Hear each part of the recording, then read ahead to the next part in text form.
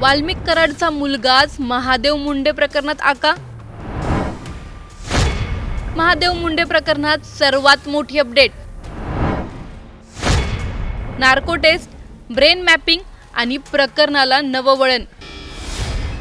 महादेव मुंडेंच्या प्रकरणात मोठी अपडेट आली आहे. कोर्टाकडून या प्रकरणाला न्याय मिळवून देण्याच्या हिशोबाने ठोस पावलं उचलली जात आहेत. या प्रकरणातील ती मोठी अपडेट कोणती? वाल्मिक कराडच्या मुलाचा आता या प्रकरणात काय नवा अँगल आहे? नार्को टेस्ट आणि ब्रेन मॅपिंगचं प्रकरण काय? या प्रकरणी महादेव मुंडेंच्या पत्नी ज्ञानेश्वरी मुंडे आणि सुरेश धस नेमकं काय म्हणाले आहेत, सर्व जाणून घेणार आहोत या व्हिडिओमधून. त्यामुळे हा व्हिडिओ शेवटपर्यंत नक्की पहा आणि टाइम्स नाऊ मराठीच्या सर्व माध्यमांना सबस्क्राईब आणि फॉलो करायला विसरू नका. बीड परळीत 2 वर्षांपासून चाललेलं महादेव मुंडे हत्या प्रकरण पुन्हा एकदा पेटलं आहे. नवीन खुलासे, नवीन नावं आणि सर्वात मोठं, वाल्मिक कराड याच्या मुलाचं नाव सूत्रधार म्हणून समोर. या प्रकरणातील धुसर चित्र आता हळूहळू स्पष्ट होत आहेत की पुन्हा एकदा कोणीतरी तपास फिरवण्याचा प्रयत्न करतोय. अशाच अनेक गोष्टी या रिपोर्टमध्ये उलगडणार आहेत. बीडमधील व्यापारी महादेव मुंडे हत्या प्रकरणाला 2 वर्ष उलटली, पण तपास अद्याप थांबलेला नाही. दर काही दिवसांनी नवीन खुलासे होत आहेत आणि आता या प्रकरणात आणखी एक मोठं नाव पुढे आलं आहे, ते म्हणजे वाल्मिक कराड याच्या मुलाचं. तोच मुख्य सूत्रधार असल्याचं समोर येत आहे. या गोष्टीने आता बीडमध्ये मोठी खळबळ उडाली आहे. महादेव मुंडे यांच्या पत्नी ज्ञानेश्वरी मुंडे यांनी SIT समोर दिलेल्या पुरवणी जबाबात स्पष्ट सांगितलं की या हत्येच्या कटामागे वाल्मिक कराड यांच्या मुलाचा सहभाग असू शकतो. सूत्रांच्या माहितीनुसार त्यांच्या जबाबात घेतलेलं हे नाव पोलिसांसाठीही धक्कादायक ठरलं आहे. 2 वर्षांनंतर असा गंभीर आरोप पुढे येणं तपासाची दिशा पूर्णपणे बदलू शकतं. महादेव मुंडेंच्या पत्नी या प्रकरणी काय म्हणाल्यात, जाणून घेऊयात. SITचा तपास सांगत गेले. पुन्हा मग आम्ही डायरेक्ट सांगितले गेलं होतं की ह्याच्यात वाल्मिक कराडनं तपास थांबवलेला आहे, यामार्फत तुम्ही तपास करा. नंतर मग श्री गणेश वाल्मिक कराड यांनी हे सगळा प्लॅन करून खून केला आहे.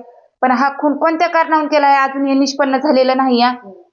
त्यांनी कोणत्या कारणावरून मारलेला आहे, यामध्ये गोट्या गीते आणि अजून काही त्यांच्या बंगल्यावरचे जे नौकर होते, त्याच्या हाताखाली जे त्यांचा बंगला सांभाळायला होते, ते काही जण 6-7 जण आहेत असे. मग त्यांची आता ब्रेन मॅपिंग केलेली आहे, त्याच्यामध्ये ते पॉझिटिव्ह आलेले आहेत. आणि मग आमचा तपास म्हणजे ह्यांच्याकडं संशय तर ह्यांच्याकडे होतात, पण संशय जाण्याचं अजून एक मुख्य कारण ठरलं की आम्ही मुंबईला ज्या वेळेस मुख्यमंत्री साहेबांना भेटायला गेलो, SIT स्थापन करून घेतली गेली, त्यावेळेस गोट्या गीते फरार झाला. मग आम्हाला हे म्हणजे एकदम ठोस पुरावा गोट्या गीतेवर गेला की हे मग का फरार झाला. सहदेव सातभाईच्या ह्याच्यात याला मोका लागला होता तरी पण ते फरार झाला नव्हता, पण ज्यावेळेस आमची SIT लागली त्यावेळेस तो फरार झाला. म्हणून आम्ही सगळा संशय त्यांच्यावर सांगितला गेला SITला. मग त्यांच्या मार्फत त्यांनी चांगली पारदर्शकपणे तपासणी केलेली आहे. आता उद्या नार्को आहे आणि मग नार्कोमध्ये जे निष्पन्न जे सांगतील कशा पद्धतीने त्यांनी खून केलाय ते निष्पन्न होऊन जाईल. या केसचा एक मोठा भाग आता ब्रेन मॅपिंग आणि नार्को टेस्टकडे वळला आहे. 6 जणांना या चाचण्यांची परवानगी मिळाली असून त्यापैकी 3 जणांची चाचणी आधीच झाली आहे. उर्वरित 3 म्हणजेच तेजस मोरे, सोमनाथ जाधव आणि महेश शिंदे यांची चाचणी उद्या वैज्ञानिक प्रयोगशाळेत होणार आहे. या 3घांच्या चाचण्यांमधून मिळणारा डेटा महत्त्वाचा ठरणार असल्याचं तपास यंत्रणेचं म्हणणं आहे. या संपूर्ण प्रकरणात आश्चर्याची बाब म्हणजे संतोष देशमुख हत्या प्रकरणातील मुख्य सूत्रधार म्हणून चर्चेत असलेले वाल्मिक कराड आधीपासूनच वादात आहेत. आता त्यांच्या मुलाचं नाव म्हणजेच श्री गणेश वाल्मिक कराड याचं नाव या हत्येच्या कटात येणं, दोन्ही प्रकरणांदरम्यान काही संबंध असू शकतो का, असा प्रश्न आता उपस्थित केला जात आहे. हे दोन्ही हत्याकांड एकाच गटाशी जोडलेले आहेत का? तपास यंत्रणा यावरही लक्ष केंद्रित करत आहे. या प्रकरणात राजकीय प्रतिक्रिया देखील जोरात आहेत. भाजप आमदार सुरेश धस यांनी स्पष्ट सांगितलं की ब्रेन मॅपिंग आणि नार्को टेस्टमध्ये जे पॉझिटिव्ह येईल त्याला SIT ताब्यात घेईल. आम्हाला तपास यंत्रणांवर पूर्ण विश्वास आहे. त्यांनी हेही मान्य केलं की सुरुवातीला पोलिसांवर प्रचंड प्रेशर होतं आणि त्यामुळे काही महत्त्वाच्या गोष्टी वेळेत समोर आल्या नाहीत. आता मात्र तपासाच्या गतीत वाढ झाल्याचं ते म्हणतायत. मला ते ज्ञानेश्वरी ताईंच्या बंधूंनी काही माहिती सांगितली पूर्णपणे सांगितलेले नाही. काही आत्ता कुमावत साहेब जे आहे त्याचे प्रमुख, त्यांनी आता गेल्या काही दिवसापूर्वी ज्ञानेश्वरी ताईंचा मला वाटतं पुरवणी जबाब त्या ठिकाणी घेतला होता आणि त्या घेतल्याच्या नंतर त्यांनी काही नावं सांगितली होती. त्यांची ब्रेन मॅपिंग काहीतरी तपासणी जी आहे ते आज झालेली आहे आणि आणखी नार्कोटिक्ससाठी उद्या का काय 11:30 किंवा काय परवा वेळ दिलेले आहे मला माहीत नाही.